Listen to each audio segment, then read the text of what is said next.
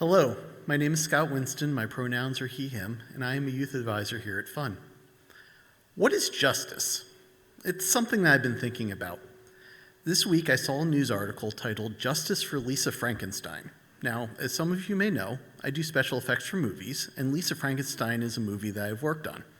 It's funny, you should go see it. It only made $3.7 million in its opening weekend 2 weeks ago and is largely considered a box office failure. The script for Lisa Frankenstein was written by a woman named Diablo Cody. She rose to prominence for winning an Oscar for writing the screenplay to Juno in 2007.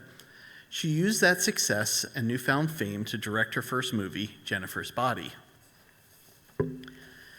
Like Lisa Frankenstein, Jennifer's Body did not do very well at the box office and was also considered a failure.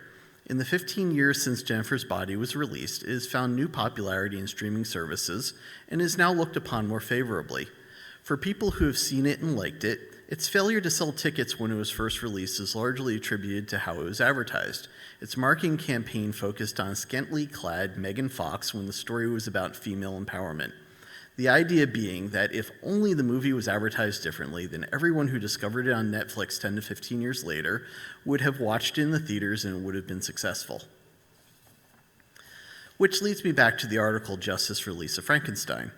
The author begs her readers to go see the movie as if making Lisa Frankenstein a financial success would somehow make up for the injustice of Jennifer's Body not being a success. I'm not here to question the logic of this, but it did get me thinking about the question, what is justice? Was Diablo Cody somehow wronged because Jennifer's Body did not make money for the people who funded the making of the movie? Sure, if it had made lots of money, we would probably have gotten a whole trilogy of sequels, prequels, and spin-offs. We could have had a whole extended cinematic universe of Jennifer's Body content that would have made the movie's right holders and Diablo Cody filthy rich. Is that what the author of Justice for Lisa Frankenstein is advocating for? Of course not. As humans, we often have a need for everyone to like the things that we like and hate the things we didn't. This extends well beyond movies to all forms of entertainment, politics, sports teams, food choices, and anything else that a person can form an opinion about.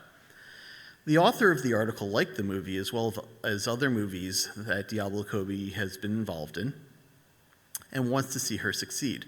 But the thing is, Diablo Cody has had a 20-year career in Hollywood and continues to sell her scripts despite a lack of financial success from some of her previous works.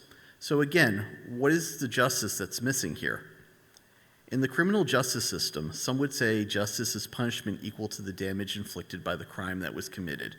For social justice warriors like us, we might say justice is lifting up those who have been oppressed so that they can have a chance to succeed in a system that holds them down. Both of these things use the word justice, but in a completely different way. The latter is about creating opportunity for those who need it, while the former is about making the aggrieved happy. And to me, that doesn't seem very just. Now, if I can pivot for a second, an amazing thing happened this week in Wisconsin. After a decade of extreme partisan gerrymandering that led to a near total Republican control, the governor signed into law a new set of election maps that will create a fair political process in the state. This came from Democrats and Republicans actually working together to create a compromise. Now, sure, the reason Republicans were willing to work with Democrats on redistricting was because the state Supreme Court essentially said, do it or we're going to force something worse on you. But regardless of how it came to be, it is still a win for bipartisanship. But is it justice? Some might say justice in this situation would be a decade of near total Democratic control. Certainly the marginalized people of Wisconsin would be in a better place if that happened. But if you're willing to go as far as to dilute the voting power of people who don't agree with you, where do you draw the line? Imagine what this country could achieve if we only let people who agreed with us vote. After thinking my way through all of this, I'm still not sure I can answer the question, what is justice? But I do know I'm thinking about it, and that's kind of important. And I hope that that can provide a little comfort to the movie producers who are going to lose millions of dollars on Lisa Frankenstein.